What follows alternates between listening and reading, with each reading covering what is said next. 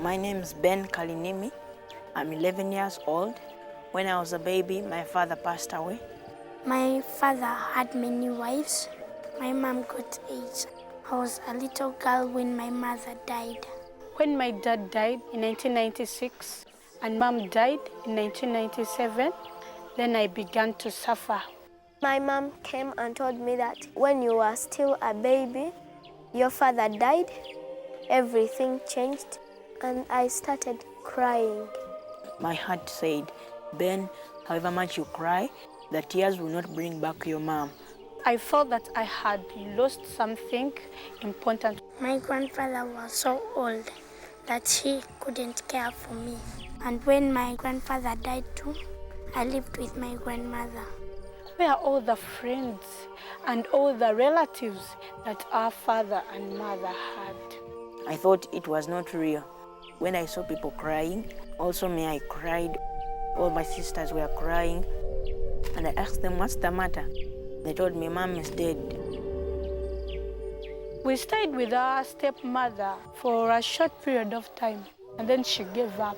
She said that I won't be able to care for these kids and everything. I was 6 years old by then, and then we were chased away. So I realized that I have to learn how to work.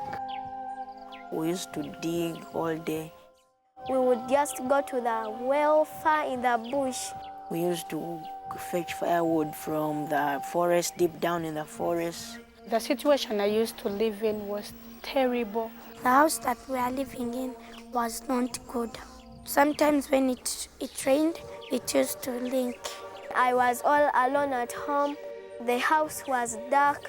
I would hear the noise at night and I would cover myself with rugs because I was so afraid. When we didn't have anything to eat, I would just eat dust. Does God care for us? Is God there? I used to have those questions in my mind. I used to get angry sometimes. I used to say, God, why don't you help me? Why is it always me suffering? Why did you do this to me? My father has passed away, and even my mother, I cried. I did not have hope. I was hopeless. I used to pray sincerely every night, God, why don't you let me die? Why don't you answer? And God very clearly said to me, Gary, look after the children. So that's what our church is doing. We're building small, single-family houses where 8 children and a loving mother live as a family. if God did not care about the children of Uganda, there would not be Watoto. All of us would be scattered everywhere, suffering. But God put there Watoto, and Watoto has helped us.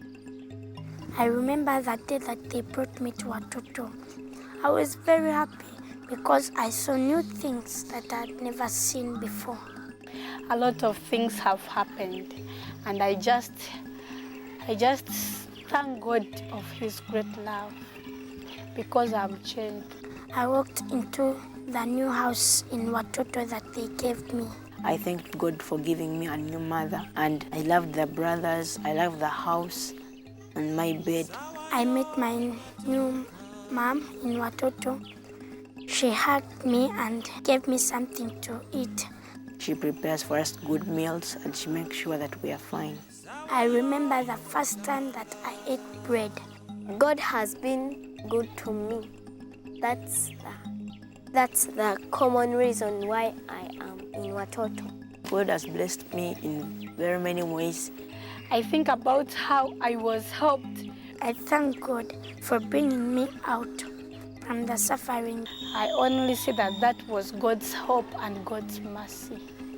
Every single child in the program has experienced a rebirth of hope. Hope is being sure of something you do not see. These orphan children now have a home with a mom to take care of them. I always tell them my story, where I've been and where God has put me, helping them look into the future, that if God has done this for me, He can do it for you. And I know that my future is going to be even brighter because I have a big God on my side. My best teacher is Mr. Kiria Joel. Sometimes when I perform poor in mathematics, He comes, tells me that you can make it. You still have hope. The God that brought you from where you were to this place, He still has a better plan for you. These children always look back and see their past and say, we would have never made it if we had not come to Watoto. So they know that Watoto has helped them on their way to the future. God has blessed them in a family, in a loving family, and they have been transformed.